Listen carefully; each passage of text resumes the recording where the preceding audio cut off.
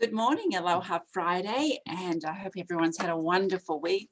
This is Caron Davis of Caron Realty International, and wanted to welcome Alex, who will be talking about the commercial office, retail, and industrial space today. Good morning, Alex.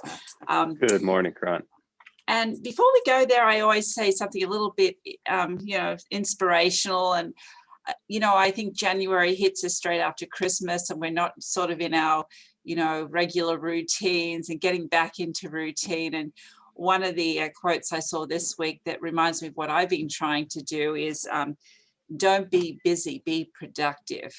So every day I put my top 3 or 5 priorities, and I know we have a lot coming at us straight away because we want to get everything done. But as long as I get those 3 or 5 things done every day, I go, okay, we had a good day today.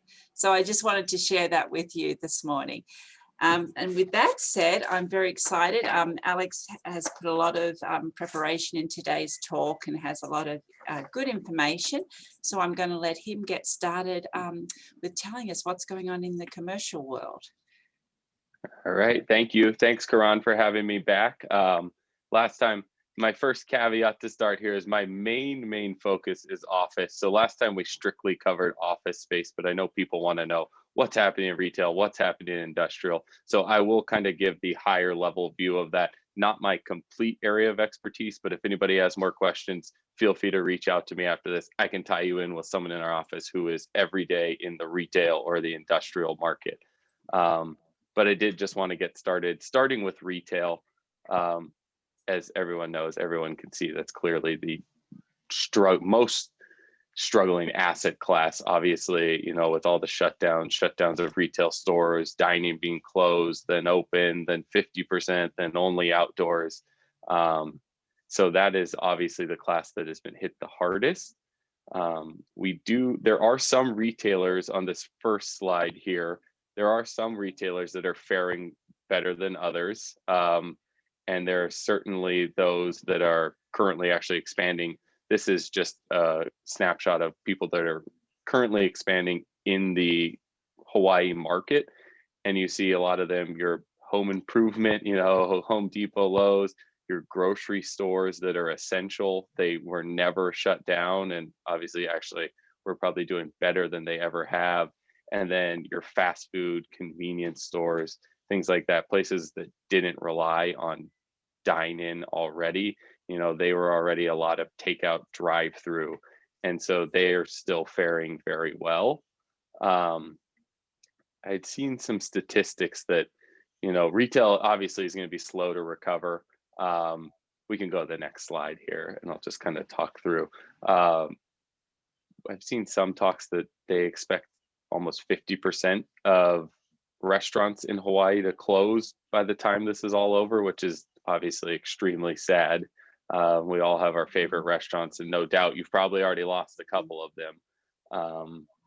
We don't know if that will ever actually come back. From what I've heard from some of our retail experts, we're actually probably had too many restaurants to choose from initially. Hopefully when tourism fully reopens and 2 to 3 years down the road, there is the demand and a lot of these places can come back. But Alex, I have a question. I don't know if you can answer this because, of course, it's not office. What, with businesses pivoting because of COVID, I'm sure there's a couple of restaurants out there that are doing pretty well. And what changes have they made, to keep up with what we're going through now and maybe times to come the next few years? Yeah, so correct. And I'll try to my best to answer that. And this is almost anecdotally because I don't dive into a lot of their sales, but you can see there are restaurants. Merriman's, for example, has been doing very well. I was just talking to Emilia Peach in our office, one of our retail experts, and they've been doing really well down over in Ward. They had the ability to open up a large outdoor dining area. Okay. They started offering a lunch service that was really well received. And I think anyone who has the ability to open up the outdoor dining had the ability to flourish, because initially that was the only way some people could stay open. And then it's also how most people feel comfortable dining at this time. Obviously, dine-in has been getting a little more popular. We've been doing really well with cases here. But I think Merriman's is a good example, but they were lucky. They had the ability to have that large outdoor space. Istanbul, just up the way from them, has probably 50% of their tables outdoors, and they've been popular. Now that's a little unfair. They're a new restaurant. They're really good. So they're still seeing their like surge and just, being open and everybody wanting to go there. But restaurants that have had the ability to pivot and do the outdoor dining have definitely fared the best. And you have, the city allowed for people to put a couple tables outside. And for a Yes. restaurant that only had that ability, there's only limited tables outside. That's more of a band-aid. It's not a long-term fix or a long-term solution for them. But I think that's what you're seeing, is anyone who had the All ability right. to do outdoors. Okay. That's good to Yeah. know. Yeah. And I hope that stays, actually. I mean, I can't believe we haven't had more outdoor restaurants when you think about it, with our weather and everything here. Yeah, I agree. We have the perfect weather for it. I do hope that there is the ability to make use of more of that outdoor space, even if it is only a couple tables per restaurant, kind of, and they make a little area out on the sidewalk, because it is very nice, and it's something a lot of other cities do well, and we are uniquely able to do it year round, unlike New York, where they're trying to still push outdoor dining and it's freezing cold and snowing on people. So yeah, I hope that stays as well. Nice. Anyway, let's Yeah. look at these stats. What are these statistics telling us? So this is just kind of showing us, I think, what a lot of people know. This is clipped from our most recent retail market survey, and just showing the net absorption year to date is just showing in red. It means that's square footage coming back, and in black, it's square footage leased. As you can see, island-wide, we had 107,000 square feet of retail space come back on the market through 2020, which is kind of what we'd expect. Our vacancy rate island-wide rose to 6.41%. And you can see places like Waikiki. I'll be honest, I don't know why 12.83 on Windward Oahu is so high, but Waikiki at 11.52% vacancy.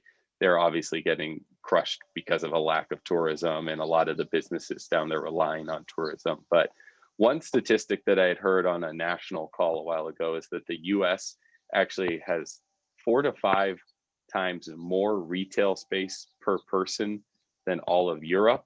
So similar to how Hawaii, we kind of had too many restaurants, the US as a whole just has too much retail space.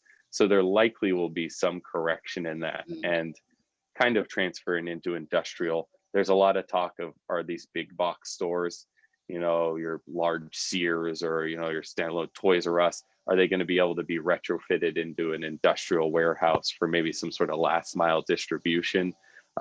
In talking to some of the guys on our retail team or our industrial team, it's a possibility, but they lack a lot of the things that a traditional warehouse user would need. A lot of loading docks. Do they have the correct clear heights and things like that? So it's possible, but I don't foresee that being a huge trend where you're getting these big box retailers, an old Kmart, and all of a sudden it's become like a distribution warehouse. Yeah, I understand. And then I know I asked you to share with us some. I know there were some very big transactions that took place last year, and this will be very fun for people to know what's going on with the big businesses out there. Yeah, certainly. So this slide, this is the 2020 notable transactions in industrial. And I will say, to start off, industrial has fared the best through this, not only in Hawaii, but across the nation. Across the nation, you're seeing a lot more. Just Amazon had a ton more demand. They needed to be picking up more distribution warehouses and things like that. And so that was across the nation. Now here, probably the most exciting deal, and the one that I can talk on just because it's the most interesting, is Amazon actually bought this property from Servco out on Sand Island. And it's just, if you're going up Sand Island Access Road, it's just off to the left before you start going over the bridges out to Sand Island. Oh, okay. Almost 15 acres of land that they purchased from Servco. Amazing. Yeah, it's probably the most exciting thing. I don't know if we're going to get the 6-hour delivery that you experience on the mainland, but we're probably going to see a lot quicker turnaround in our Amazon purchases, and I'd imagine they're probably using this as a jumping off point for some of their stuff, sending it to Asia and things like that. They haven't made a ton of announcements on exactly what they're planning to do. Obviously, they're going to need to do some repurposing, possibly build like I've heard the possibility of a multi-story warehouse. They've been fairly tight-lipped on that, and hopefully we'll get a little more info as we get into 2021. I'll be honest, these other two, I am not as familiar with what the plans are for these buildings, but I think the Amazon is probably the most notable and most exciting for everyone here. And it's obviously at 125 million. It's a huge price tag and was a pretty exciting deal for everyone in Hawaii.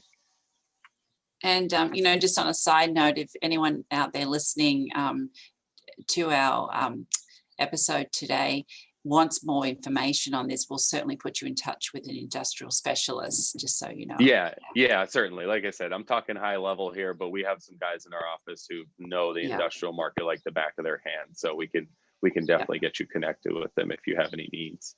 Great. Yeah. And going down, we can talk a little bit more about industrial in Hawaii. This is, again, just kind of pulled the stats on some of the sub markets in Honolulu. Industrial has always been very strong here. We typically have been at about a 2% vacancy rate island wide. Okay. And that kind of just leaves, you know, most of the buildings that are left in that 2% vacant are kind of just the bottom of the barrel. They're like basically barely holding on, but it almost doesn't make sense for owners to tear down a building and put up a nice new warehouse, because there are people who will still pay a premium to be in that old warehouse space. So these things have passed their useful life and are still hanging on. And it's just, in Hawaii, we just don't have enough space for it. You know, we don't have enough land to keep spreading out large industrial buildings. So I think island wide, the vacancy has actually ticked up to 3%, like a whole percentage point more in industrial. That can partially be attributed to a delivery of some new warehouse space. I think about 450,000 square feet out in Kapolei. And that's brand new product that's being brought to market that isn't leased yet, though I think they're in conversations for at least half of it with different users. So yeah, industrial definitely remains strong, nice. Island wide, really, in Hawaii. Great. And then you've got the next slide here. You've got the different absorption rates, of course, from 2019 and 2020. Yep, and that is that's transferring into office, and this is where I'll probably dig in the most, and it may actually get a little less exciting because I think I get a little more technical and can talk more on it. The higher level stuff may actually be more interesting, but yeah, as you can expect, office, obviously there were people right sizing. This was our net absorption from the end of 2019 year to date versus 2020, which means we saw 272,000 square feet of office space go off the market and be leased in 2019 versus in 2020, we actually saw 132,000 square feet come back to the market. Wow. And I'd expect it's going to get worse before it gets better for office. Tenants leases are long-term, so not everyone had the availability of, evaluating their space needs in 2020. We will probably see more people, in the coming years who may be evaluating how much office space they need. I believe this was my stance the last time I was on. I still think that work from home is not going to be the end all be all. It is not going to be permanent. We will see some sort of hybrid model. You're seeing companies already realize they're losing some efficiency. Some can do it well, but a lot of people feel like they're losing efficiency. Onboarding is really tough when you never are in the office, and you never get to really build that culture. You can only build so much through Zoom. So I think what we're going to see, as you can see in the vacancy rates, at the end of 2019, we were at 9.93%, which was one of the lowest it's been in probably 10 plus years in Hawaii. And we shot back up to almost 12% at the end of 2020. And we kind of had a pendulum swing. Basically, downtown, which is kind of what drives our office vacancy, it's the largest market. Douglas Emmett, one of the large landlords, was going to is converting 1132 Bishop Street from an office building to a residential, excuse me. And that all of a sudden took all that space off the market and a bunch of tenants had to relocate as well, and it brought our vacancy rate down, and things were just kind of turning. Downtown was turning from like every landlord was scraping for any tenants, doing amazing deals, to all of a sudden the landlords had some more power, and then COVID came along and it swung right back. We're basically kind of back to where we were end of 2018 as far as vacancy rates go. I do expect a bounce back coming probably 2020 and beyond. I think 2021, we are still going to see people realizing like, maybe my business isn't doing so well, maybe I need less space. I don't expect a lot of growth in 2021, but I think 2022 and beyond, we will probably start to recover, and our office market will, be about, probably get back down to the 10 to 11% vacancy rate, especially considering 1132 Bishop still has 250,000 square feet of tenants that need to vacate from the property, which is almost half of the building that still needs to go out and find another space in the market in Honolulu. Yes. So granted, some will likely downsize, but we can expect that, we're going to recover for this. I'm confident that office is not dead, like people have been saying. I think it's going to come back, and especially here in Hawaii. So Alex, I know, when we sell residential real estate, people say, oh, I'm going to wait for the rock bottom. That's when I should buy. And I always say, well, it's really not about that. It's about if you find the right property, then let's try to negotiate the best price for you.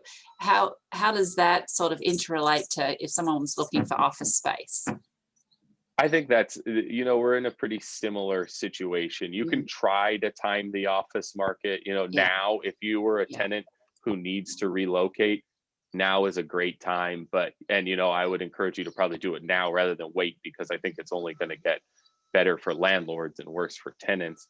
But if you're in a, what we call a landlord's market, 10% vacancy is about the equilibrium. Below that, we call it a landlord's market, where they have a little more control. If you find the right space, you're better to go for it then. There's no point in trying to wait, because if it's the right space for you, it's time to just act on that. Obviously, I would pretty much agree with that wholeheartedly. There's no point in trying to time the market. If you find the right thing, it's time to move on it then. Well, we have to tie this up now. Is there any last information you want to share with us, or any food for thought here for people in the office market, or I would say, I think probably my closing remarks would be this, one thing to consider: our office market is relatively small. If you look down at the bottom, the total island wide is just over 14 million square feet, which, like, a lot of places isn't even just their downtown. But all it will really take to swing this pendulum completely back towards the landlords is, let's say, another office building gets converted to residential. We obviously need more residential housing. So all of a sudden, these things can shift very quickly. There's some complications that go in. An office building floor plate doesn't always lend itself to being cut into residential apartments. But things can shift quickly. And we talk a lot about downtown Honolulu. There are obviously all the suburban markets and such that are listed here, but a lot of the suburban markets are already very strong, and a lot of what happens in downtown then pushes out to others. If downtown starts to get tight on space, then people are going to be looking out in the suburban markets more. So it's kind of the bellwether for what I would say for the island-wide market. But other than that, like I said in the beginning, if anybody has more questions on office, I'm happy to discuss. And if you had more questions on retail or industrial, please don't hesitate to reach out to me, and I can connect you with one of the great agents in our office. Oh, Alex, that was fantastic. It really, gives a very overview of everything in a very concise manner, in a very efficient manner. I thank you. It was great. And as we do at the end of every Friday's presentation, we share Marianne's photos, which should get better every week. And this week she's focused on nature, and she's taken every one of these photos are amazing. And she's not a professional photographer.